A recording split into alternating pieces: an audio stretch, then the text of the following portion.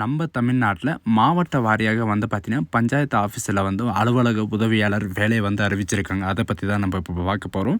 இந்த ஜாபுக்கு வந்து பார்த்திங்கன்னா எந்த விதமான தேர்வும் அண்டு கட்டணமும் கிடையாது அப்படின்றதையும் மென்ஷன் வந்து பண்ணியிருக்காங்க.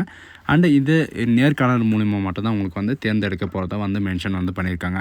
அண்டு இந்த ஜாபுக்கான மந்த்லி சேலரி பொறுத்த வரைக்கும் பார்த்திங்கன்னா 35,000 வரைக்கும் உங்களுக்கான ஸ்டார்டிங் சேலரி வந்து இருக்கும். அண்ட் அப்ளை பண்ணுறதுக்கான லாஸ்ட் டேட்டை பொறுத்த வரைக்கும் பார்த்திங்கன்னா 30/5/2025, அதாவது இன்னும் 5 நாள் மட்டும்தான், இன்னும் 1 வீக் மட்டும்தான் இருக்குது.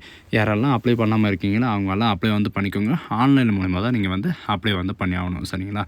ஆன்லைனில் வந்து பார்த்திங்கன்னா 30/5/2025 அன்றைக்கி வந்து ஆன்லைன் போர்ட்டல் வந்து க்ளோஸ் ஆகிரும். அன்றைக்கி வரைக்கும் நீங்கள் வந்து அப்ளை வந்து பண்ணிக்கலாம். ஸோ காய்ஸ், இப்போ தான் நம்ம சேனலுக்கு வந்து ஃபர்ஸ்ட் மூலில் வந்திருக்கீங்கன்னா நம்ம சேனல் வந்து சப்ஸ்கிரைப் பண்ணி வச்சுக்கோங்க. அப்போ தான் நாங்கள் போடக்கூடிய கவர்மெண்ட் ஜாபோட நோட்டிஃபிகேஷன் வந்து பார்த்திங்கன்னா உங்களுக்கு உடனுக்குடனே வந்து சேரும். அதோட நம்மளுடைய வாட்ஸ்அப் குரூப் லிங்க்கையும் நான் கீழே டிஸ்கிரிப்ஷனில் வந்து கொடுத்துருக்கேன். நீங்கள் அதுலேயும் ஜாயின் பண்ண மாட்டீங்கன்னா ஜாயின் பண்ணிக்கோங்க. ஸோ காய்ஸ், இப்போ பார்த்துட்டு இருக்கக்கூடிய ஜாபோட அஃபிஷியல் நோட்டிஃபிகேஷன் அப்ளை பண்ணுற லிங்க் எல்லாமே வந்து பார்த்திங்கன்னா நான் கீழே டிஸ்கிரிப்ஷனில் வந்து கொடுத்துருக்கேன். நீங்கள் அந்த லிங்க்கை நீங்கள் கிளிக் பண்ணவே போதும், டேரெக்டாக இந்த பேஜுக்கு வந்துடுவீங்க. இதுதான் இதோடைய இதில் வந்து பார்த்திங்கன்னா டேரெக்டாக எங்கேருந்து வந்திருக்கு அப்படின்னு பார்த்தீங்கன்னா தென்காசி மாவட்டத்தில் 2025 and 26க்கான கிராம, அதாவது அந்த பஞ்சாயத்து துறைக்கான வேக்கன்சிஸ் வந்து வெளியிட்டிருக்காங்க. ஆனால் இதுக்கு வந்து பார்த்திங்கன்னா உங்களுக்கு 12 பணியிடங்கள் வந்து பார்த்திங்கன்னா உங்களுக்கு காலியாக இருக்குது. அது என்னென்ன அப்படின்றத பார்க்கலாம், சரிங்களா? அது கீழே வந்து கொடுத்துருக்காங்க. ஃபஸ்ட்டு வந்து என்ன கொடுத்துருக்காங்க அப்படின்னு பார்த்தீங்கன்னா ஊராட்சி, அதாவது ஊராட்சிகளுக்கான மாவட்ட வள மைய அலுவலக உதவியாளர் வந்து பார்த்திங்கன்னா உங்களுக்கு ஒரு வேக்கன்சிஸ் வந்து கொடுத்துருக்காங்க. இந்த ஜாபுக்கான எஜுகேஷன் அண்ட் குவாலிஃபிகேஷனை பொறுத்த வரைக்கும் பார்த்திங்கன்னா நீங்கள் வந்து MSW அல்லது MBA நீங்கள் முடிச்சிருந்தாலும் நீங்கள் வந்து அப்ளை வந்து பண்ணிக்கலாம் அப்படின்றது மென்ஷன் வந்து பண்ணியிருக்காங்க. அது வந்து பார்த்திங்கன்னா ஊரக வளர்ச்சி மற்றும் ஊராட்சி துறையில் வேலை செய்வதற்காக வந்து பார்த்திங்கன்னா உங்களுக்கு இந்த பொசிஷன் வந்து காலியாக இருக்குது. நீங்கள் வந்து அப்ளை வந்து பண்ணிக்கலாம். குறைஞ்சபட்சம் வந்து பார்த்திங்கன்னா உங்களுக்கு 5 year வந்து எக்ஸ்பீரியன்ஸ் இருக்கணும் அப்படின்றது மாதிரி சொல்லியிருக்காங்க. உங்களுக்கு வந்து பார்த்திங்கன்னா எந்த எக்ஸ்பீரியன்ஸ் இருந்தாலும் நீங்கள் வந்து அப்ளை வந்து பண்ணிக்கலாம். 50,000 வரைக்கும் உங்களுக்கான ஸ்டார்டிங் சேலரி வந்து இருக்கும். அண்டு நெக்ஸ்ட் வந்து பார்த்திங்கன்னா கணினி உதவியாளரை பொறுத்த வரைக்கும் பார்த்திங்கன்னா உங்களுக்கு ஒரு வேக்கன்சி வந்து காலியாக இருக்குது. இதில் வந்து இளநிலை பட்டப்படிப்பு எந்த டிகிரி படிச்சிருந்தாலும் நீங்கள் வந்து அப்ளை வந்து பண்ணிக்கலாம் அப்படின்றதையும் மென்ஷன் வந்து பண்ணியிருக்காங்க. அண்ட் அது மட்டும் கிடையாது, குறைந்தபட்சம் வந்து பார்த்திங்கன்னா உங்களுக்கு 3 years வந்து எக்ஸ்பீரியன்ஸ் இருந்தாலே போதுமானது. இந்த ஜாபுக்கு வந்து நீங்கள் அப்ளை வந்து பண்ணிக்கலாம் அப்படின்றது மென்ஷன் வந்து பண்ணியிருக்காங்க. 22,000 ரூபாய் உங்களுக்கான சேலரி வந்து இருக்கும். அண்டு வட்டார மைய, அதாவது வட்டார வள மைய பயின்றுனருக்காக வந்து பார்த்திங்கன்னா உங்களுக்கு 10 வேக்கன்சிஸ் வந்து காலியாக இருக்குது. இதில் வந்து நீங்கள் ஏதாவது ஒரு டிகிரி நீங்கள் கம்ப்ளீட் பண்ணியிருந்தாலும் நீங்கள் வந்து அப்ளை வந்து பண்ணிக்கலாம். அண்டு இந்த ஜாபுக்கு வந்து பார்த்திங்கன்னா SIRDயில் ஏதாவது ஒரு 1 years நீங்கள் வந்து எக்ஸ்பீரியன்ஸ் இருந்தாலே போதுமானது. நீங்கள் வந்து அப்ளை வந்து பண்ணிக்கலாம். 15,000 வரைக்கும் உங்களுக்கான ஸ்டார்டிங் சேலரி இருக்கும் அப்படின்றதையும் மென்ஷன் வந்து பண்ணியிருக்காங்க. இதில் வந்து பார்த்திங்கன்னா சில நிபந்தனை வந்து கொடுத்துருக்காங்க. என்னென்ன அப்படின்றத பார்க்கலாம். இதில் என்னென்ன வந்து கொடுத்துருக்காங்க அப்படின்னு பார்த்தீங்கன்னா இப்பணியிடம் முற்றிலும் வந்து பார்த்திங்கன்னா தற்காலிகமானது அப்படின்றத சொல்லியிருக்காங்க. அண்டு உங்களுடைய ஒர்க்கிங் எக்ஸ்பீரியன்ஸோ அல்லது உங்களுடைய பர்ஃபார்மன்ஸை பார்த்து உங்களுக்கு பர்மனெண்ட் பண்ணுறதுக்கும் வாய்ப்புகள் நிறையவே இருக்குது. அண்டு அரசு அனுமதிக்கும் காலம் வரை மட்டுமே அனுமதிக்கப்படும் உங்களுடைய அப்ளிகேஷன் வந்து பார்த்திங்கன்னா அவங்க வந்து பார்த்திங்கன்னா அவங்க எந்த டைம் வந்து கொடுத்துருக்காங்களோ அந்த டைம் வரைக்கும் தான் உங்களுக்கு அப்ளை பண்ணுறதுக்கான போர்ட்டல் வந்து ஓப்பன் ஆகிட்ருக்கும் அப்படின்றது மென்ஷன் வந்து பண்ணியிருக்காங்க.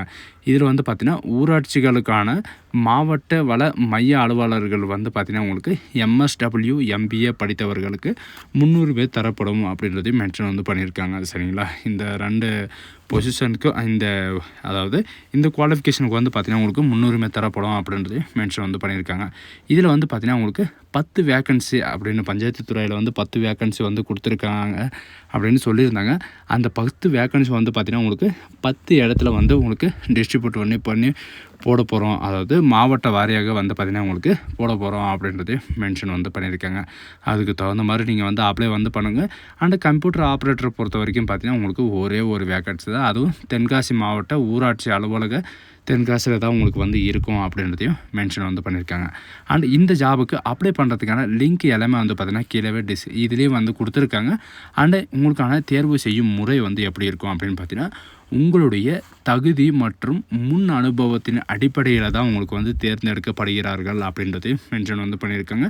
அது மட்டும் இல்லாமல் பகுப்பாய்வு திறன் மற்றும் பணிக்கான பொருந்ததை மற்றும் நடைமுறை சோதனை மேற்கொண்டு தான் உங்களுக்கு வந்து இந்த பணியிடங்களை வந்து கொடுக்க போகிறத சொல்லியிருக்காங்க. இது எப்படின்னா உங்களுக்கு வந்து இன்டர்வியூ வந்து பார்த்தீங்கன்னா உங்களுக்கு இந்த பதவியில் வந்து நீங்கள் என்னென்ன செய்வீங்க அப்படின்ற ஒரு முன்னனுபவத்தில் வந்து பார்த்தீங்கன்னா உங்களுக்கு கேட்பாங்க. அந்த அடிப்படையில் வந்து உங்களுக்கு ரெக்ரூட்மெண்ட் பண்ண போகிறதும் வந்து மென்ஷன் வந்து பண்ணியிருக்காங்க. உங்களுக்கு எந்த விதமான எழுத்து தேர்வு எதுவுமே கிடையாது. உங்களுக்கு நேர்காணல் மட்டுமே இருக்கும் அப்படின்றத மென்ஷன் வந்து பண்ணியிருக்காங்க. அண்டு விண்ணப்பம் செய்ய வேண்டிய முறை, நீங்கள் வந்து ஆன்லைனில் தான் நீங்கள் வந்து அப்ளிகேஷன் வந்து இது பண்ணி ஆகணும், அப்ளை வந்து பண்ணி ஆகணும். எந்த அப்ளிகேஷன் ஃபீஸ் எல்லாம் எதுவுமே கிடையாது. நீங்கள் இன்டர்வியூக்கு போகிறதுக்கான உங்களுக்கான முகவரி எல்லாமே வந்து கொடுத்துருக்காங்க. நீங்கள் எந்த ஜாபுக்கு அப்ளை பண்ணுறீங்களோ அந்த ஜாபை வந்து பார்த்திங்கன்னா முதல்லையே வந்து பார்த்திங்கன்னா நீங்கள் கன்ஃபார்ம் பண்ணிவிட்டு அதுக்கப்புறம் நீங்கள் வந்து அப்ளை பண்ண ஸ்டார்ட் பண்ணுங்கள். நீங்கள் எக்ஸாமில் வந்து பார்த்திங்கன்னா கம்ப்யூட்டர் ஆப்ரேட்டர் வந்து நீங்கள் அப்ளை பண்ணுறீங்க அப்படின்னா இந்த மாதிரி தான் வந்து ஓப்பன் ஆகும். டிஸ்ட்ரிக்ட் ரிசோர்ஸ் சென்டரில் வந்து பார்த்திங்கன்னா உங்களுக்கு பஞ்சாயத்து ஆஃபீஸிலேருந்து இந்த நோட்டிஃபிகேஷன், அதாவது இந்த அப்ளிகேஷன் வந்து விட்டுருக்காங்க. சரிங்களா? இந்த அப்ளிகேஷனில் வந்து பார்த்திங்கன்னா உங்களுக்கு இந்த மாதிரி தான் இருக்கும். நீங்கள் ஒன்ஸ் நீங்கள் மறுபடியும் நீங்கள் இது பண்ணிங்கன்னா உங்களுக்கு போஸ்ட் வந்து ஓப்பன் ஆகும். சரிங்களா? போஸ்ட் வந்து இந்த மாதிரி தான் இருக்கும். அப்ளிகேஷன் வந்து பார்த்திங்கன்னா 30 மே வரைக்கும் தான் உங்களுக்கு 30 மே அன்றைக்கி ஈவினிங் 5 o'clock வரைக்கும் தான் வந்து பார்த்திங்கன்னா உங்களுக்கு இந்த போர்ட்டல் வந்து ஓப்பன் ஆகி இருக்கும். அப்ளை பண்ணும்போது ஏதாவது வந்து டவுட்டு அந்த மாதிரி இருக்குன்னா நீங்கள் வந்து கால் பண்ணி கிளாரிஃபை வந்து பண்ணிக்கலாம். அதுவும் டைம் வந்து கொடுத்துருக்காங்க. மண்டே டு ஃப்ரைடே வரைக்கும் நீங்கள் வந்து கால் பண்ணி கேட்டுக்கலாம். அண்ட் இதில் வந்து பார்த்திங்கன்னா இவங்க ரெட் கலர் ஸ்டார் வந்து கொடுத்துருக்காங்க இல்லை, அது வந்து கண்டிப்பாக வந்து இவங்க ரிக்குவயர்மெண்ட் பண்ணியிருக்கிற டாக்குமெண்ட் இது எல்லாமே நீங்கள் வந்து என்ட்ரி பண்ணி தான் ஆகணும். சரிங்களா? உங்களுடைய ஃபுல் நேம், உங்களுடைய டேட் ஆஃப் பர்த், உங்களுடைய ஏஜ், உங்களுடைய ஜெண்டர், உங்களுடைய மொபைல் நம்பர், இது எல்லாமே வந்து பார்த்திங்கன்னா உங்களுடைய 10th தீஸில் வந்து எந்த நேம் இருக்கோ, எந்த டேட் ஆஃப் பர்த் இருக்கோ அதுதான் நீங்கள் வந்து இதில் என்ட்ரி பண்ணுற மாதிரி இருக்கும். அதில் மாறுபட்டால் வந்து பார்த்திங்கன்னா உங்களுடைய அப்ளிகேஷன் வந்து ரிஜெக்ட் ஆயிரும் அப்படின்றத மென்ஷன் வந்து பண்ணியிருக்காங்க. அண்ட் உங்களுடைய மெயில் ஐடி அண்ட் உங்களுடைய ரெசிடென்ட் அட்ரஸ், உங்களுடைய டிஸ்ட்ரிக்ட், இது எல்லாமே வந்து பார்த்திங்கன்னா உங்களுடைய ஐடென்டிட்டி ப்ரூஃப்காக இந்த டாக்குமெண்ட் எல்லாமே அப்லோட் பண்ணி உங்களுக்கு ஜேபிஜி ஃபார்மேட்லேயோ பிஎன்ஜி ஃபார்மேட்லேயோ வந்து பார்த்திங்கன்னா நீங்கள் இதில் 10 MB வரைக்கும் நீங்கள் வந்து அப்லோட் பண்ணுற மாதிரி இருக்கும். சரிங்களா? அதுக்கு மேலே வந்து பார்த்திங்கன்னா அப்லோட் பண்ண முடியாது. 10 MBக்குள்ளே இருக்கிறவங்க நீங்கள் வந்து அப்ளை வந்து பண்ணிக்கலாம். ஆனால் உங்களுடைய ஹையர் எஜுகேஷன் அண்ட் குவாலிஃபிகேஷனை பொறுத்த வரைக்கும் பார்த்திங்கன்னா நீங்கள் யூஜி படிச்சிருந்தாலும் சரி, பிஜி படிச்சிருந்தாலும் சரி, MSW இந்த மாதிரி எது படிச்சிருந்தாலும் நீங்கள் வந்து இதில் அப்லோட் வந்து பண்ணிக்கலாம். நீங்கள் வந்து அதர் குவாலிஃபைடாக இருக்கீங்க அப்படின்னா நீங்கள் அதர் அப்படின்றத கொடுத்துட்டு நீங்கள் உங்களுடைய குவாலிஃபிகேஷன் என்னவோ அதை வந்து நீங்கள் இதிலே வந்து என்ட்ரி பண்ணிக்கலாம் அப்படின்றத மென்ஷன் வந்து பண்ணியிருக்காங்க. நீங்கள் ஒன்ஸ் நீங்கள் சூஸ் பண்ணிட்டு நீங்கள் வந்து டிகிரி வந்து என்ன சப்ஜெக்ட் வந்து எடுத்திருந்தீங்க, அண்ட் உங்களுடைய இன்ஸ்டிடியூட் பேர் என்ன, உங்களுடைய பாசிங் இயர் என்ன அப்படின்ற எல்லா டீட்டெயில்ஸும் வந்து பார்த்திங்கன்னா நீங்கள் கொடுக்குற மாதிரி இருக்கும். அண்டு போஸ்ட் குவாலிஃபைடு கிராஜுவேட்டில் வந்து நீங்கள் ஏதாவது வந்து நீங்கள் இந்த இதில் வந்து பார்த்திங்கன்னா மாஸ்டர் சோஷியல் ஒர்க்கோ, MSWஓ அல்லது மாஸ்டர் பிஸ்னஸ் அட்மினிஸ்ட்ரேஷனோ இது எது முடிச்சிருந்தாலும் நீங்கள் வந்து கொடுத்துக்கலாம். சரிங்களா? உங்களுடைய பொறுத்து தான் நீங்கள் அப்ளை பண்ணுறதுக்கான உங்களுக்கான எஜுகேஷன் அண்ட் குவாலிஃபிகேஷன் தகுந்த மாதிரி தான் நீங்கள் வந்து அப்ளை வந்து பண்ணி ஆகணும். அண்டு இதில் வந்து உங்களுடைய இன்ஸ்டிடியூட் பேர் எல்லாமே சேமாக தான் நீங்கள் வந்து என்ட்ரி பண்ணுற மாதிரி இருக்கும். அண்டு உங்களுடைய ஒர்க்கிங் எக்ஸ்பீரியன்ஸ் வந்து கேட்டிருக்காங்க. இவங்க கொடுத்துருக்குற அந்த ஒர்க்கிங் எக்ஸ்பீரியன்ஸ்குள்ளே இருந்தால் நீங்கள் வந்து அப்ளை வந்து பண்ணிக்கலாம். இது எல்லாமே வந்து பார்த்திங்கன்னா நீங்கள் 1 MBக்குள்ளே வந்து எடுக்கணும். சரிங்களா? 1 MBக்குள்ளே இருந்தால் நீங்கள் வந்து அப்லோடு உங்களுடைய டாக்குமெண்ட் வந்து அப்லோடு வந்து பண்ணிக்கலாம். அப்படியும் உங்களுக்கு 1 MBக்கு மேலே இருக்குன்னா உங்களுக்கு டிக்ரீஸ் பண்ணி தான் நீங்கள் வந்து அப்லோடு வந்து பண்ணி ஆகணும். எல்லாமே கொடுத்துட்டு நீங்கள் டிக்ளரேஷனில் வந்து நீங்கள் டிக் பண்ணிட்டு நீங்கள் சப்மிட்டுன்னு கொடுத்தாவே போதுமானது. அவங்க வந்து உங்களுக்கு அவங்களே வந்து கான்ட்ராக்ட் வந்து பண்ணிவிடுவாங்க. உங்களுக்கான இன்டர்வியூ வந்து எப்போ இருக்கும் அப்படின்ற எல்லா டீட்டெயில்ஸும் வந்து பார்த்திங்கன்னா அவங்களே வந்து உங்களுக்கு சென்ட் பண்ணிடுவோம் அப்படின்றதையும் சொல்லியிருக்காங்க.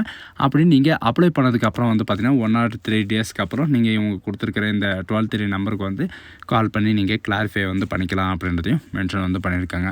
ஸோ காஸ் இதுதான் நமக்கான நோட்டிஃபிகேஷன்.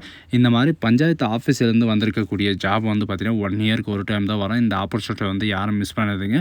உங்கள் சொந்த மாவட்டத்திலே வேலை கிடைக்கிறதுக்கு ரொம்ப வாய்ப்புகள் நிறையவே இருக்குது. ஸோ உங்கள் சொந்த ஊர்லேயே வந்து பார்த்திங்கன்னா உங்களுக்கு வேலை வந்து கிடைக்கிறதுக்கு ரொம்ப வாய்ப்புகள் நிறையவே இருக்குது. ஸோ காஸ் இந்த வீடியோ உங்களுக்கு பிடிச்சிருந்தா உங்கள் ஃப்ரெண்ட்ஸ் அண்ட் ஃபேமிலிக்கு கண்டிப்பாக ஷேர் பண்ணுங்கள்.